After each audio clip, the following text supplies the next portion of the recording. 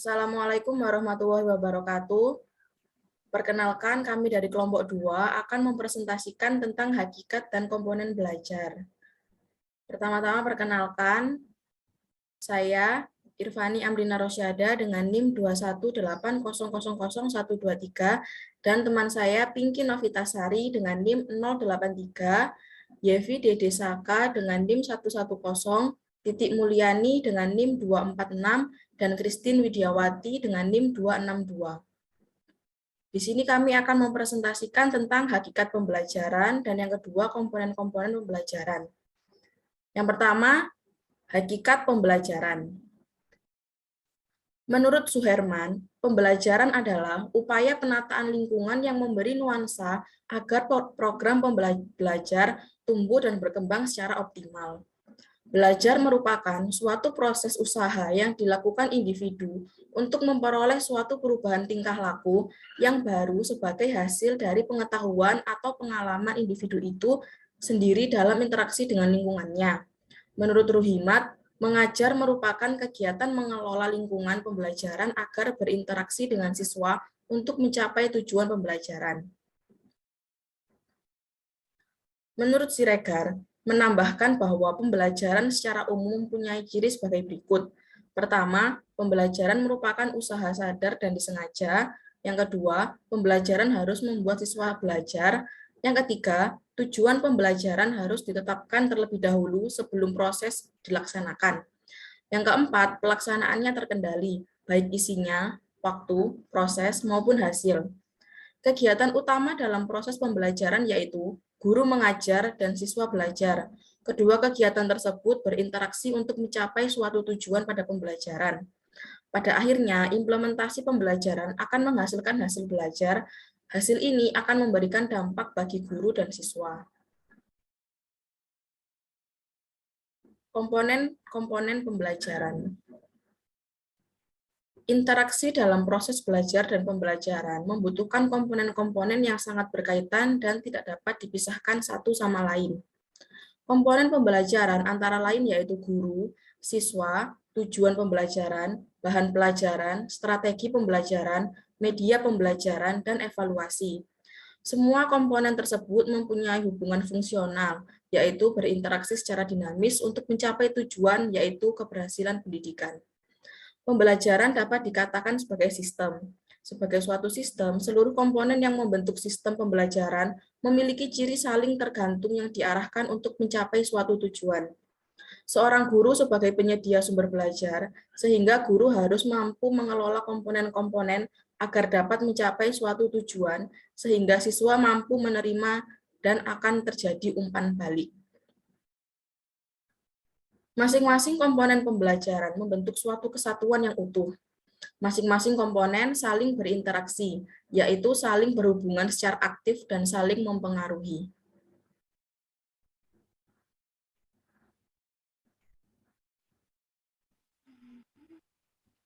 Tujuan pembelajaran.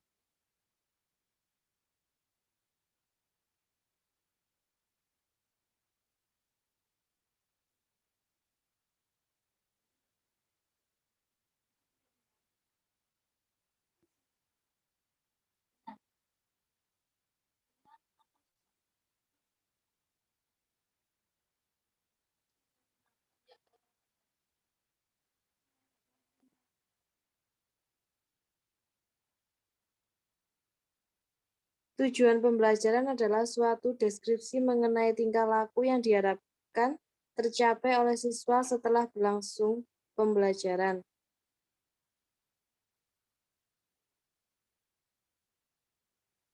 Tujuan dalam suatu pembelajaran dilakukan sebagai upaya mencapai tujuan-tujuan yang lebih tinggi. Tingkatannya yakni tujuan pendidikan dan tujuan pembangunan nasional. A. Tujuan pendidikan nasional. Tujuan pendidikan nasional merupakan tujuan jangka panjang yang diharapkan. Tujuan ini didasari oleh falsafah negara. Indonesia didasari oleh Pancasila. B. Tujuan institusional atau lembaga. Tujuan institusional merupakan tujuan yang diharapkan oleh setiap lembaga pendidikan. Tujuan ini merupakan penjabaran dari tujuan pendidikan sesuai dengan jenis dan sifat sekolah atau lembaga pendidikan.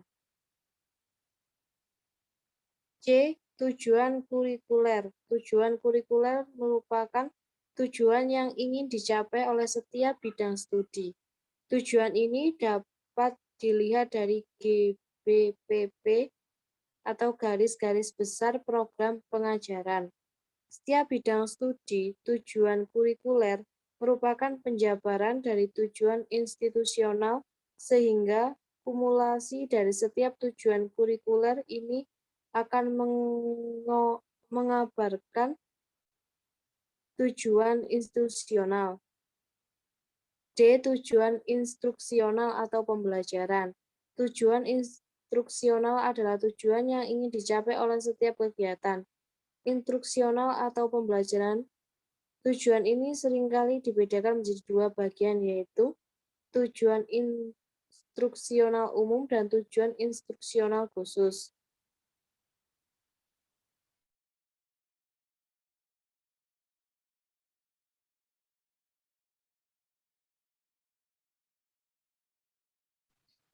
Dua, bahan pembelajaran.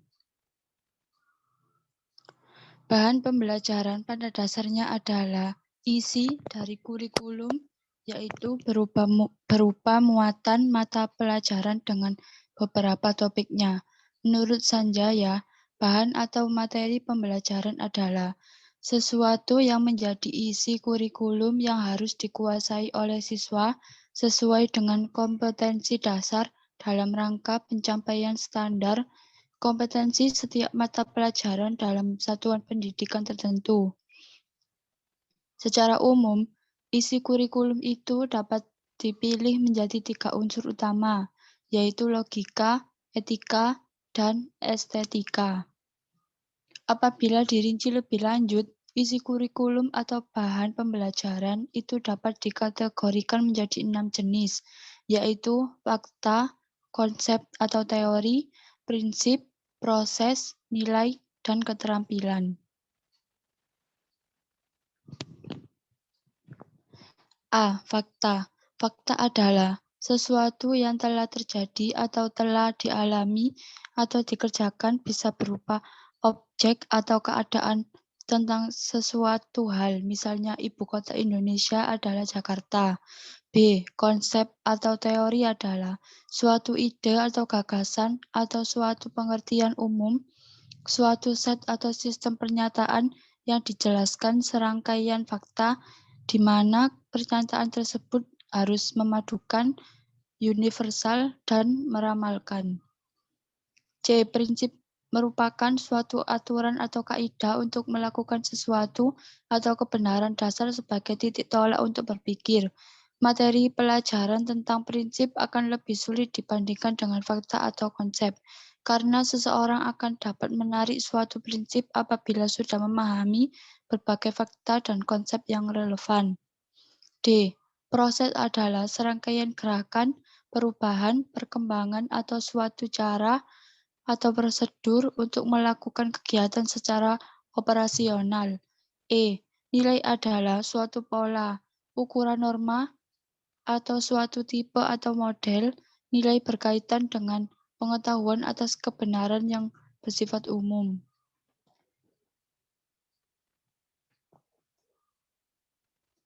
F. Keterampilan adalah suatu kemampuan untuk berbuat sesuatu baik dalam pengertian fisik maupun mental.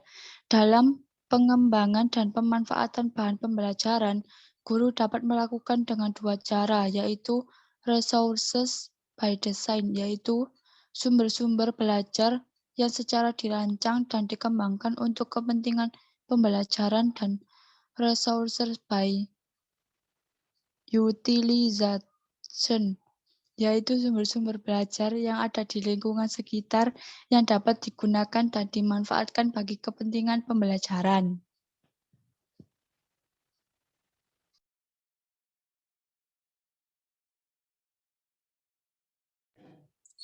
Tiga, strategi pembelajaran.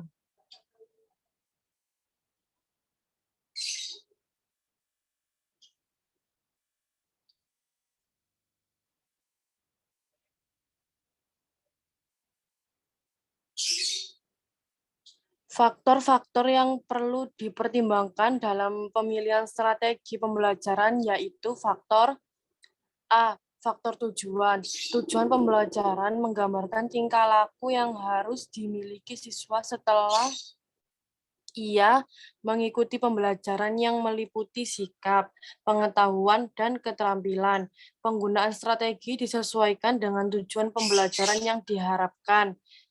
B. Faktor materi. Materi memiliki karakteristik yang berbeda-beda. Karakteristik materi sangat menentukan penggunaan strategi pembelajaran. C. Faktor siswa. Faktor siswa menurut Ruhimat, siswa sebagai pihak yang berkepentingan dalam proses pembelajaran karena tujuan yang dicapai semata-mata untuk mengubah perilaku siswa itu sendiri.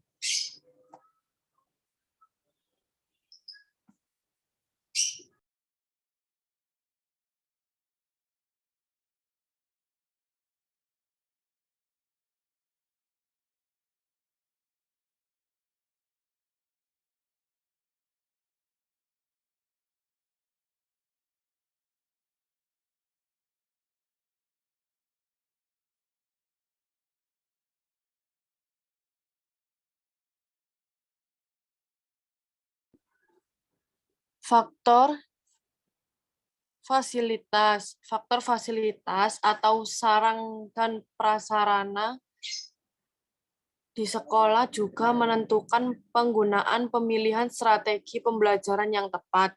Misalnya, seorang guru sudah menentukan media yang akan digunakan untuk pembelajaran, namun ternyata alat yang digunakan tidak memadai, maka strategi yang dibuat tidak dapat dilaksanakan sebagaimana mestinya. Faktor waktu. Faktor waktu dapat dibagi menjadi dua, yaitu jumlah waktu dan kondisi. Dan kondisi waktu. Hal yang menyangkut jumlah waktu adalah berapa menit jam pelajaran yang tersedia. Kondisi waktu menyangkut kapan atau pukul berapa pembelajaran dilaksanakan. F. Faktor guru. Guru merupakan faktor penentu keberhasilan strategi pembelajaran. Pengetahuan dan kreativitas guru akan mempengaruhi pelaksanaan proses pembelajaran.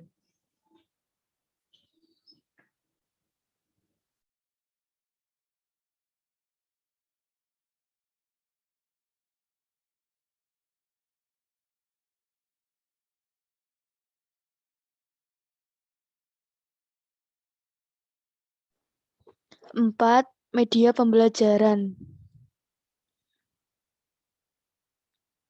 Kata media berasal dari bahasa Latin dan merupakan bentuk jamak dari kata medium, yang secara harfiah berarti perantara atau pengantar.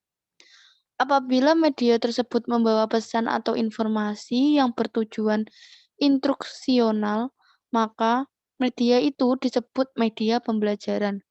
Dari Sundayana 2015-6. Penggunaan media pembelajaran dapat membantu guru dalam menyampaikan bahan pembelajaran. Tujuan pemanfaatan media adalah untuk menciptakan komunikasi yang baik antara guru dan siswa. Menurut Kemp dan Dayton, dalam Arsyad 2011.22, meskipun telah lama disadari bahwa banyak keuntungan penggunaan media pembelajaran, penerimaannya serta pengintegrasinya ke dalam program-program pengajaran berjalan lambat. Mereka mengemukakan beberapa hasil penelitian yang menunjukkan dampak positif dari penggunaan media pembelajaran sebagai berikut. A. Penyampaian pembelajaran menjadi lebih baku. B. Pembelajaran bisa lebih menarik sehingga dapat meningkatkan motivasi dan minat belajar siswa. C. Pembelajaran menjadi lebih interaktif. D. Lama waktu pengajaran yang diperlukan dapat dipersingkat dan lain sebagainya. Menurut Jamarah 2010-124, macam-macam media dilihat dari jenisnya sebagai berikut. A. Media audio. Media auditif adalah media yang hanya mengandalkan kemampuan suara saja seperti radio dan lain-lain. B. Media visual.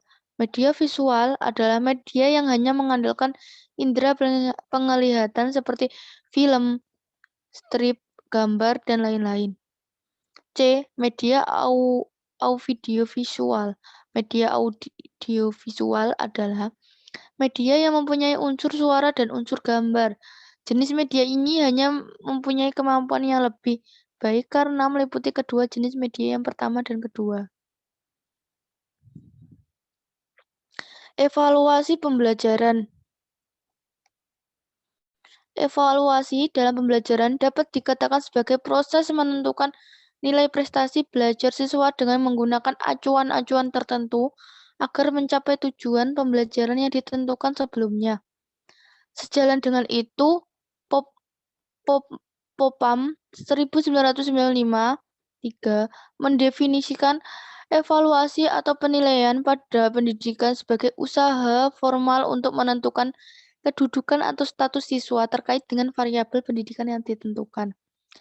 Rakajoni dalam Siregar 2010-142 mengartikan evaluasi sebagai proses mempertimbangkan suatu gejala dengan mempertimbangkan pada acuan-acuan tertentu. Acuan tersebut mengandung pengertian baik, tidak baik, memenuhi syarat, tidak memenuhi syarat, dengan kata lain menggunakan value judgment. Terima kasih. Sekian dari kelompok kami. Jika ada salah kata, mohon maaf.